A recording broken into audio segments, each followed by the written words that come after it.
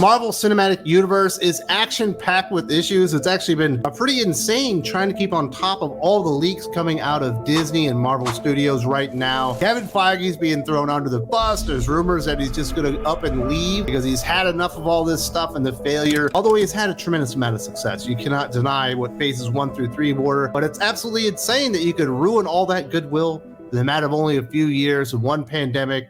And here we are, and he's scrambling to save the Avengers franchise. Originally, they thought it was going to be, I guess, Captain Marvel, Brie Larson, likely Chadwick Boseman portraying Black Panther to really lead the next, I guess, generation of Avengers to replace Robert Downey Jr., Chris Evans, and the like. And that has not worked out. Obviously, we had the very untimely death of Chadwick Boseman and basically the career death, I guess, of Brie Larson, at least as a Marvel Studios star. Sounds like she's not going to be back. And then there was the idea that they would do Young Avengers, and I think that's still on the table, but they realized that was a bad idea. They want to bring back the real Avengers, but they're stuck in a rock and a hard place. Jonathan Majors has a lot of issues. He's supposed to be portraying Kang, and the movie is supposed to be Avengers to Kang Dynasty leading into Avengers Secret Wars, which is one of the biggest, most well-appreciated Marvel Comics events of all time, and they're just scrambling to try and save all of this stuff. Although if they listen to Iman Vellani, she actually has the answer. And we've got another interesting story I'll cover at the end that really exemplifies where Kevin Feige and Marvel Studios lost their way and how they got to this place that they absolutely never wanted to be. Avengers The Kang Dynasty is practically Schrodinger's Marvel movie at this point. It's lost its director, Destin Daniel Cretton, its original writer, Jeff Loveness, and it could well dish its titular character too. So does it still exist or doesn't it? Deadline has confirmed screenwriter Michael Waldron has been hired to pen the Kang Dynasty, in addition to his pre-existing commitment to script Avengers Secret Wars. At first glance, you'd think this would be universally popular news. The showrunner of Loki Season 1, great, but Waldron is also responsible for writing the ever-divisive Doctor Strange in the Multiverse of Madness. And I guess, you know, if you want to watch the MCU on Disney+, maybe Loki Season 1 is considered a high watermark. I reviewed every episode of the season right here on the channel, and I wasn't very impressed. In fact, I would say it's a very up and down kind of show. Lots of peaks and valleys, but way more valleys than peaks. Yes, there are a couple of moments where you're like, yeah, I think this is the show that I actually wanted to watch. But there are far more moments of, oh my God, what are they doing here? What are we even still doing in this place and time? Because it's not moving the story forward, and it's just a bunch of stupid Easter eggs. And the writer himself just taking the piss out of phases 1 through 3. I'm still mad about the moment when the TSA, the Time Variant Authority, the TVA guy opens the drawer. It's full of Infinity Stones, and he's like, yeah, these are worthless. It was like, oh, wow, let's cut the balls out of like the biggest grossing movie like in the history of movies. Not to mention the awesome end cap that we got in phases 1 through 3 in Endgame and Infinity War and the entire Infinity Saga, whatever you want to call it, with that great, awesome villain Thanos that everyone was really drawn to. They're trying to recreate that with, I guess, Kang. I don't see it personally. I watched season 1, and I didn't think that it was very compelling, to say the least. I didn't think there was a whole lot there. Once I saw Ant-Man and the Wasp: Quantumania, I was even less impressed with Jonathan Majors and Kang and what they were doing with the characters. Like, wow, he got beat by an army full of ants. Not exactly the most powerful character in the world. As far as Doctor Strange and the Multiverse of Madness, that movie made a lot of money. But the MCU wasn't a dead property at that point, and I think a lot of people were looking forward to that. And I think that was really one of the first warning signs that, hey, maybe we're going in the wrong direction. And me personally, if you're a Michael Waldron fan, great. I think you should be excited about this. But me personally, if Kevin Feige pulled up the phone and said, hey, Wes, what should I do? Not hire anybody associated with anything in phases 4 or 5. That's the first thing I would stop doing. I would go back to the people that have already established that they could get this stuff done and actually deliver good stories. And I would move on from all the failures, essentially, including Michael Waldron. But it sounds like they're going in a different direction. But they are cleaning house. They're removing directors, screenwriters left and right off their shows and off their movies, because they do at least realize there's something wrong with the MCU and they need to fix it. I just don't think the guy associated with Loki Season 1 and Doctor Strange in the Multiverse of Madness probably has earned the right to be involved in an Avengers movie, one of the most profitable franchises in history. You know, just the Avengers themselves is absolutely amazing. Now, we also might lose Kang. This has been rumored for a while. Cretton joined Marvel Studios to direct 2021 Shang-Chi and the Legend of the Ten Rings and sign on to helm several upcoming projects, including Shang-Chi 2, Wonder Man, and originally the Kang Dynasty. The fact that Cretton is continuing to work on the other MCU projects means that Marvel Studios likely doesn't have an issue with the director, but is instead taking the Kang Dynasty in a different direction. This reinforces the idea that Marvel Studios may be shifting its focus away from Kang the Conqueror. Many have suggested that Kang the Conqueror could be replaced by Doctor Doom or Galactus, both of whom are rumored to be appearing in the MCU's Fantastic Four. And we know that Wonder Man has basically been scrapped, and everyone associated with that project has been told to go home. So that project is off his plate. And do we think Cretton's even going to get to do Shang-Chi 2, which isn't the bomb that the Marvels is? It's not the bomb that the Flash is, but it's not exactly a high water moment either, but wasn't exactly lauded for its creativity or amazing cinematic vision for the future of the MCU.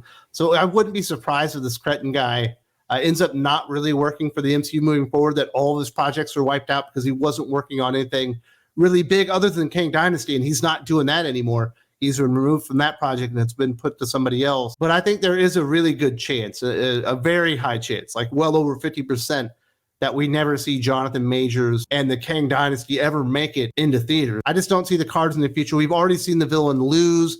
You know, yes, he is in Loki season 2, but fuck it. Nobody's watching it anyway. And nobody really cares that that's leading to anything bigger in the movie universe anyway. And I think they'll probably go in another direction.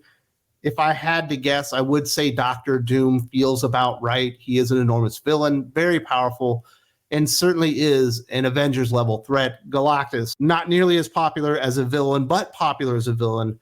Very, very powerful, even more so than Doctor Doom, and is bigger than the Galactus level threat, and is bigger than an Avengers level threat. He's like everything that you can throw at him level threat. You know, you need to get everything going.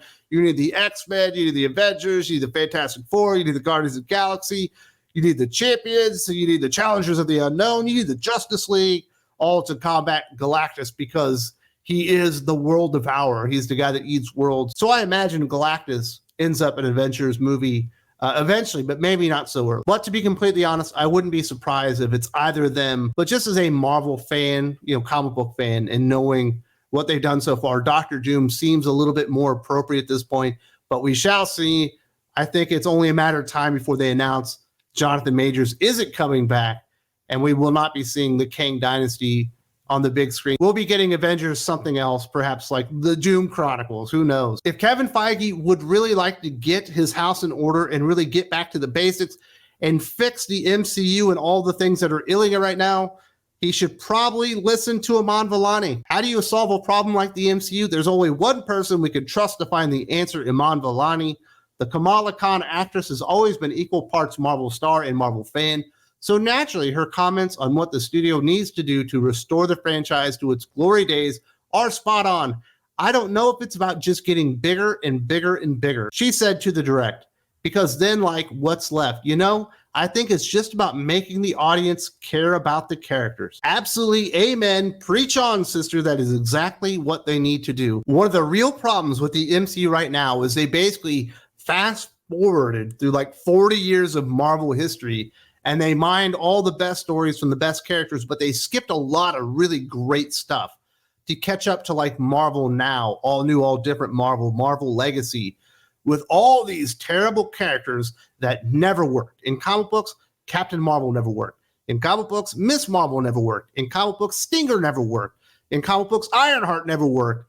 America Chavez never worked. All these characters that they've been introducing over the last 2 or 3 years to be like the next generation of Marvel superheroes never worked in comic books. There's nothing there to mine. There's nothing of quality to actually put on the big screen that has actually been tested and proven to work for the characters and work for the audience itself. Even a character like Kate Bishop Hawkeye has never actually worked in comic books. And it's not like Clint Barton Hawkeye is an enormous seller either, but he has been on big selling titles, especially when he was like the leader of some of the Avengers teams and whatnot. But they did do one thing right when they did that Hawkeye TV show on Disney Plus, which isn't great, but is entertaining. They were able to work with the Kate Bishop character and kind of shape her and form her and make her more likable. I do think hiring Haley Steinfeld went a long way to do that, but they are going to have to put in so much work on all these characters just to make them work in their universe and actually make characters that people want to root for, that people like. None of these characters have ever been fleshed out properly. They're almost all carbon copies of each other. They're almost all overpowered, super duper smart, and they have no flaws. And there's just not a lot to work with. If Kevin Feige wants to get to the heart of the matter and fix the MCU, you got to find awesome characters that people actually want to root for.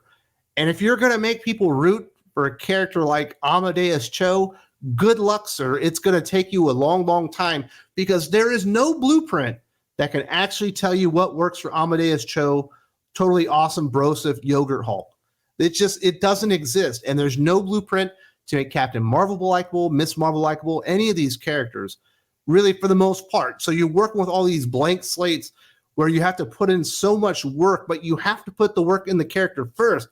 Yes, the bombastic set pieces and action stuff and, you know, the pomp and circumstance of the final act is all fun. But if I haven't bought into the characters, if I don't care about the stakes, if I don't care about whether they live or die, it doesn't matter what's actually happening out there. It doesn't even matter if the villain is compelling at that point, because there is no buy-in for the audience. Listen to Aman Vellani and start putting the work in on the characters, and actually stop thinking about how can we top ourselves in the next movie, because you're never going to be able to top Endgame. Stop making that a big goal in mind for Kevin Feige and Marvel Studios. You're never going to beat the moment where you have Steve Rogers and he hears in his earpiece, on your right, you see the thing go up, and all of a sudden it's Falcon that flies through, I believe, and then we start seeing the Black Panther and everyone come out, and it's just an exhilarating moment, and you get an awesome 35, 40-minute action piece right there. That is the culminations of phases 1 through 3. You're not getting that. You're not going to top it. If you want to even compete with that, you better get to the characters themselves and start developing them better, because you have no stories to mine, sir. And it's all your fault, because you fast forward through all the good shit and decided that you needed to bring Marvel Studios characters into the modern age of Marvel Comics characters, which have all failed across the board. Another huge issue for Kevin Feige, you need to hire people that like these characters, that like the medium, that actually like superheroes. Case in point, don't hire Taika Waititi. Following Thor: Love and Thunder receiving poor reactions last year, Waititi has now confessed he originally had no interest in making Marvel movies of any kind and only agreed to make his 2 Thor films because he was poor. Naturally, this hasn't exactly endeared him to the fandom any. No wonder rumors are claiming Marvel is looking to go in a darker direction with Thor 5 and find a more serious director to helm it. Time to pay up whoever made Waititi that wager. Yeah, the days of saying, we don't want you to read the source material to write the script. The days of saying, it'd be better if we got a director that didn't like the characters whatsoever, who'd never even bought into the Marvel characters on the comic book level, and bring them to the big screen and just hire anyone that we think can make a movie. Now, that could work here and there, and I don't believe Kenneth Branagh grew up like on fucking Thor comic books. I'm going to admit that. But Kenneth Branagh was an established, like Oscar-winning level director before he got the Thor project, and I thought what he did was interesting. They went out of their way to go and hire somebody like Waititi, who takes a shit on every single thing that he writes. Even the stuff that he makes and that he wrote, he takes a dump on, because he doesn't take anything seriously. James Gunn also has a quirky style when it comes to screenwriting, when it comes to directing and all that stuff. Do you want to know why James Gunn worked and Taika Waititi didn't? Because James Gunn loved the characters. Because James Gunn was fully bought in to Marvel Comics, superheroes, multiverses, and all that stuff. You didn't have to sell James Gunn on how amazing the MCU was and what this opportunity was. Now, it sounds like you didn't have to sell Taika Waititi either. You just had to say, we'll make you not poor. And he was like, all right, I will shit you out a movie. Whether it's good or not is going to be up to you. And I guess a lot of people still do like Thor Ragnarok. I'm one of the people that said on day one, this absolutely blows donkey dicks, and only got worse with Thor: Love and Thunder. But go out there and find people that love the characters, that love the universes, that have a story to tell, that have a passion to tell a story like none other ever seen in the Marvel Cinematic Universe, not because they want to use it as a platform, not because they want to use these characters to get their point across, because they love the characters and they have that story to tell, and they want to tell the world how amazing these characters are. And I think you'll be going in the right direction. Get rid of the Taika Waititis, get rid of the people associated with She-Hulk, and I think you're going to be heading in the right direction. And listen to Aman Vellani and start focusing on the characters and fleshing them out and making them likable so you can buy into the stakes of the movie and the universe and all that good stuff. Now, we know Kevin Feige was also scrambling to save the Marvels movie. That did not work, but it was fun watching it in real time and all the little shortcuts and shit that he was trying left and right to make this not the biggest bomb of all time. And he failed spectacularly, but it was fun reporting on it. There's also a link in the video description.